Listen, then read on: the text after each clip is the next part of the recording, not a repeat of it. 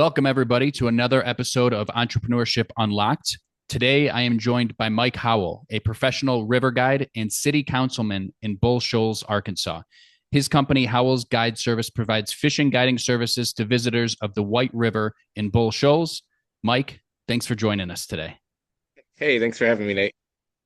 Absolutely. So, Mike, you are certainly somebody that is living their dream, right? I think that people don't fall into the fishing guiding service business on accident. It's definitely something that's been a passion of yours since you were very young. And it's really cool to see somebody that has a passion, something that they love, and has the opportunity to not only turn it into a career but turn it into their own business. So, Mike, my first question for you is: what is a day in the life of a river guide really like? Well, I tell people all the time the hardest part of my day is getting out of bed. Um, Other than that, I'm driving a boat around, I'm teaching people to fish. Like any career choice, there's always going to be things that, you know, can be irritating or whatever, but when you care about what you do, that just comes along with it. Being a plumber means getting your hands dirty from time to time. Same with guiding, but uh, you know, we go out and we do our best to provide a service while also teaching about our area and about the ecosystem and all the different things that kind of feed into what makes our community so great. We have a beautiful river here, an awesome reservoir lake. So we get a lot of different things going, and we have a lot of great outdoor recreation really building right now too. Um, so not just fishing, um, we got going on, but any day we could be playing disc golf or whatever else out there, mountain biking. And so a little bit of fishing in the morning, then a little bit of having fun in the afternoon. The life of a river guide. That's awesome, man. Yeah, I've never been out that way to the White River, but sounds like based on what you said, there's tons to do, and people should definitely check it out. I think Arkansas is very much an underrated state, right? Especially when it comes to the nature that's there and everything. It's yeah, definitely a really really cool spot. So, Mike, what was the moment that you knew that you wanted to start Howell's Guide Service? Well, I was the owner of a restaurant in Washington, a sandwich shop right on the ocean. Had the opportunity to run it with my brother for a long time. Uh, and I had started guiding part-time through that. When the rivers dried up, I was primarily focused on the restaurant. And then when winter came and things slowed down at the restaurant, I was able to guide a little bit further out west in Forks, Washington. So basically, COVID hits, and it was just time, especially in that area where I was, beautiful area, but it was getting to the point where we had to start making some real decisions, and I Mm-hmm. was getting much busier with guiding throughout the year. So it was just kind of time. So we ended up selling it for a profit, which is kind of hard to do in the restaurant industry, but uh, that was good, and went to guiding full time, and then transitioned from Washington to Arkansas back to where I had been raised by my parents and things like that. Right on. Yeah, I mean, there's no secret. COVID really killed tons of restaurants throughout the country, especially, in areas like Port Townsend that is very much focused on tourism, right? People not traveling as much, and just that just the level of impact that had, it really sucks. I'm sure you probably know a lot of other restaurant entrepreneurs, in Port Townsend and throughout the country that were definitely impacted by COVID. Yeah, it really kind of killed a lot of Yeah, small and businesses.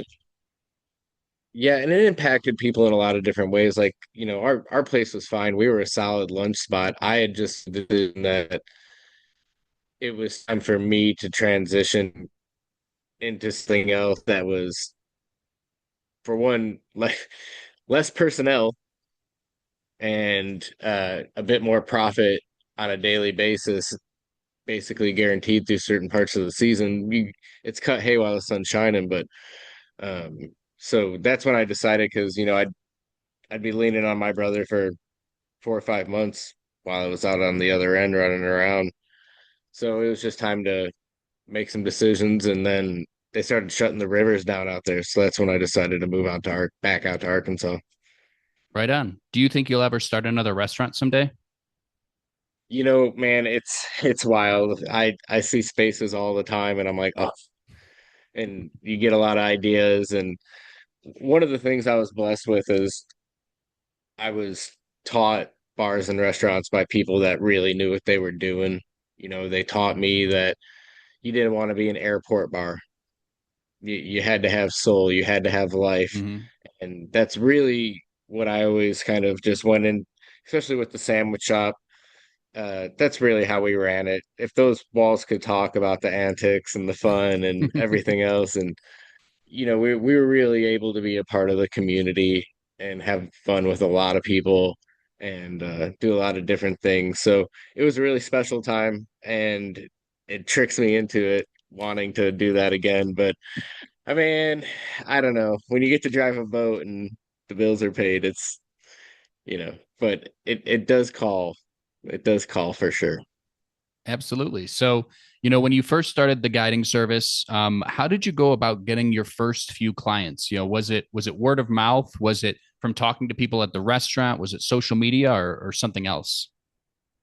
Well, blessed again, when I had first moved out to Washington, I had made friends with a guide because it's pretty easy to get yourself in trouble out there. And we became really good buddies. A fellow by name of Larry Ford, legend out there.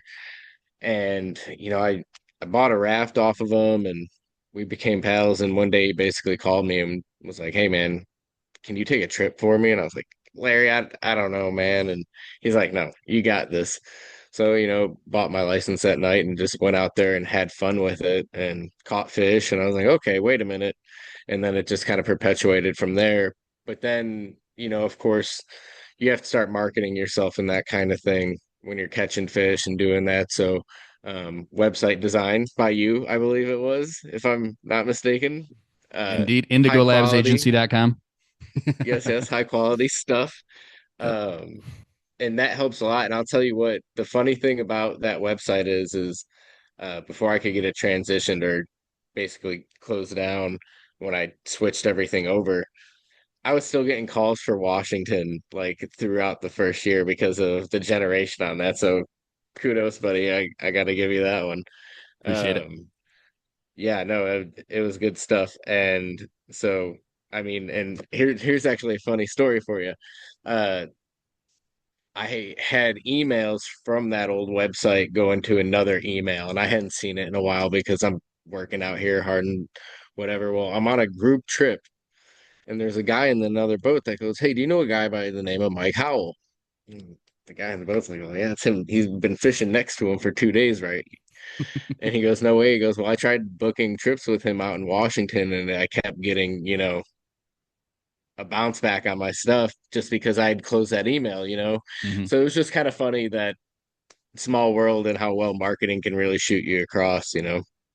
Yeah, absolutely. Having a strong website in place, especially for like a local business like yours, where people are, typing in, fishing guiding service within a certain city or certain, county, for example. The reality is you can build a website and begin to rank on Google for those types of keywords pretty quickly if you build it the right way. So yeah, that's awesome just to learn a little bit more about like how you got those first few clients. Sounds like it was very much through networking, but also finding ways to brand yourself, which is great.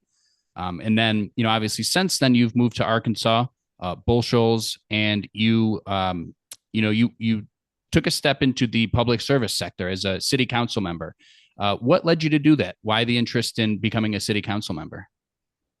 um you know there's there's always a need for people who care and people who at baseline a city is a business, and in council it's a lot of finance review, a lot of policy. In 2025, this town is only almost 80 years old. A lot of outdated stuff that has to be looked through, and it takes a lot of people from a lot of different walks of life. And I'm the youngest on the council, um, but we have a lot of people who are multifaceted. So it's a lot of cleaning that up. It's nerdy, it's fun. It it it can be a little high octane at times and not all that fun, but when you are really working towards something with a larger group of people, it's pretty cool. So, Mike, you are a person that's worked in the government. You've run several businesses. How do you approach leadership differently within government versus your own business, for example? Man, crash course in learning to work with people um in a democratic way. That's when you own your own thing and you're at the tippy top and your call goes all the way. But when you get into public discussion, you know, you have to leave everything at the door and think of everyone. And it's Hmm. and it's hard for some people to do in a world of instant gratification, but you genuinely have to see somebody who you may completely 100% disagree with in every fathom, but look at them and do your best to understand where they're coming from. And, a lot of time you find reason in there that maybe you didn't see before. Hmm. And there's people that, a year ago, I, if you would have told me that we work daily together now for the betterment of our community, I would have I would have lost it. But so it's a neat thing to kind of in your career get these levels where you learn a little bit more on how to do things. And I've enjoyed it. It's been a process. So Absolutely, man. Cute dog, by the way. get out of here. Go on, get out of here. Get So, down. you're someone that's pivoted several times throughout their career, and that's something that can scare a lot of people, right? They think maybe I've had this job for 10 plus years, maybe I've run this business for 10 plus years. This is my identity. And it could be daunting to shift careers, especially as a business owner, right? But what would be maybe one piece of advice that you would give to someone who's afraid to pivot in their career?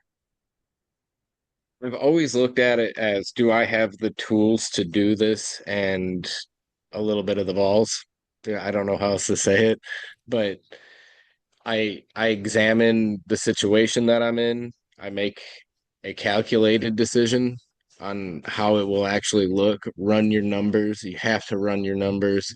If they're close and you can sacrifice a little here and there, you can't let that scare you off. But and the one thing I've always told people is if you haven't thought of every possible thing that could go wrong before you make that step, um, it's probably not for you. You have to Absolutely. be willing to understand that this too shall pass goes both ways. Um, but if you believe in it and you've put the time in and the thought and the actual, you can always take for instance the restaurant industry. When you walk into a place and it's one live, laugh, love sign and like some old dusty potpourri flowers in the corner, like it's a sure sign. It's the people that have put the thought into the whole ecology of their business, from aesthetics to finance to execution. All those things come into play. Looking back, obviously you've run restaurants, you've run your fishing guiding service. What would you say is one thing that you wish you could or you wish you would have known earlier on in your entrepreneurial journey, right? What would you say is one thing for either of those businesses? Well, kind of like circling back to the pivot thing, um, knowing when it's okay to cut the cord on certain things. Um, you know, you have to be able to really look at what you have going on and is it actually going to play out? You have to have a realness with it. When I talk about running your numbers and everything, but also sometimes is there the time for it? Mm-hmm. If you're trying to do a side hustle or anything like that. And one thing I talk about all the time is not all that long ago, I was trying to get together just a really simple ice cream stand, run it a few days a week, had the space, everything. And as we got through the process, I mean, I was all dialed in and started looking at my real workload and everything I was trying to do. And, sometimes you just have to be real about the situation, and pulled back from that. And it it's still an option in the future. That's the beauty of it, right? Yeah, When things absolutely. clear up, especially if you already have the blueprint. That's how the sandwich shop was able to start. It was something that I had drummed up from the past, simple concept, but with great stuff. And you're able to interchange those blueprints, and that's the heart of entrepreneurship. Like, you can have all these different methods and plans and variances that you think are going to work. We have a local ice cream place here who figured out that this hot Arkansas summer is making it tough to get their Dole Whip machines fully frozen, right? So they've pivoted Mhm. into popsicles and slushies and really cool stuff. And I'm like, yes, that's what I'm talking about. That's the pivoting, that's the variances that get you through the tough times. Yeah, absolutely. And as business owners, we really need to be making most of our decisions based on, data, facts, reality, right? Not necessarily based on emotions. There is a time and place for emotional decisions, even in business, but probably 90% of the time you need to, have a real view on what's working, what's not, what's feasible, what's not, and make decisions based on that. Yeah, Um, and I'll tell you one thing is, if you're a younger person in business and an entrepreneur who also has, a key of just a dose of civic duty in them, helping in so many different ways. Communities need younger people to start stepping up. And for people in business who understand that business is data, facts, statistics, not emotion, those are the people that really end up succeeding. And those are the people that we need also in places that require financial review, policy, how to do business correctly. mhm. So for anyone listening out there, run for your local office. Absolutely, yeah. People absolutely should. We need younger voices represented in our governments, right? At every level, because without that, we have people that are maybe disconnected, people that have maybe been career politicians, right, calling all the shots, and you know, to go back to decision making, right? Like a lot of those decisions that they may be making may not be based in reality. They may be emotional decisions, right? They may have had people talking in their ears for the last 30 years and they don't really have a real grasp of what's going on, in the streets with real people each and every day. So I agree. I think, younger people should be running for office. And hey, even if it's not them getting elected, running is you'd still make a difference by running, right? You can still get your ideas out there. You can get people excited about a new way of looking at things, right? And yeah, I think that's a great point. And even taking that first step, man, like just going to a committee meeting, a Parks and Rec committee meeting, just to hear what's going on and offer ideas. Typically, you walk into those rooms and people see fresh meat and they're stoked to have you. They want to know what you want to talk about and why you chose to come. So, and that's a great first step too. And I think, well, I know I'm a little bit older, but a lot of guys our age are really a lot of people our age are really into this now, where they want to see their homes and their areas and their communities succeed. So Mhm. there's a lot of smart folks out there, and a lot of help can be lent in a lot of different ways. So Absolutely. Yeah, and I know that obviously to get into city council, you got to be voted in. It's probably a very complex process, something I'm not even really aware of, right? Like it's something obviously I've never done in my career. What were some like surprises as part of that process? Like what were some like surprises or just things you didn't anticipate that maybe you had to do or things that come up like during that process? it's one thing I've learned is across America, a lot of small towns are really a lot alike. There's always something, and through the process, you it goes back to listening to everyone, you know, and you really get to see the face of where you live and who's in it. And that's both good and bad. Um, Things can get really vitriol really quickly, and it's not hard to lose your cool in those situations. And it's a wild process, and if you truly care, it becomes a part of you, also for better or worse. And it's important to always just remember that if you're trying to do the right thing, everything's going to shake out. Mhm. I've been really fortunate that I've been able to talk to career civic servants around here, mayors of 18 years from neighboring towns, and people have been on council for decades, and people have cycled through council. And, the one thing I've really learned through all of it is, man, if you really care and there's no ill intent in your actions, everything's gonna, it's the 80-20 rule. 80% of the people are gonna love it, 20% are gonna hate it. You just gotta move on, right? Yeah, totally. I mean, I think intent is everything, even in business, right? Like there's marketing agencies, to use my, line of business as an example. There's plenty of marketing agencies out there that are interested in making a quick buck, right? They're looking for ways to make as much money as quickly as possible. And then there's other agencies that focus on getting results for their clients, right? And that's how I try to model my agency is, I want to do right by my clients. And from there, the money will come, right? If you're chasing money or you're chasing a specific result like that, that's, very, you're looking at things very much in the short term, like that's what you're going to get, right? Short term goals get short term results.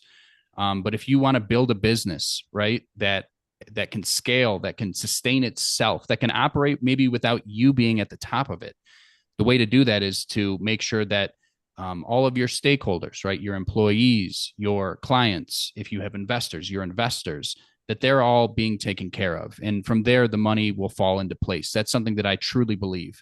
And maybe an outlook that not a lot of people have, especially in the business world. But I think one that should be, taken very seriously.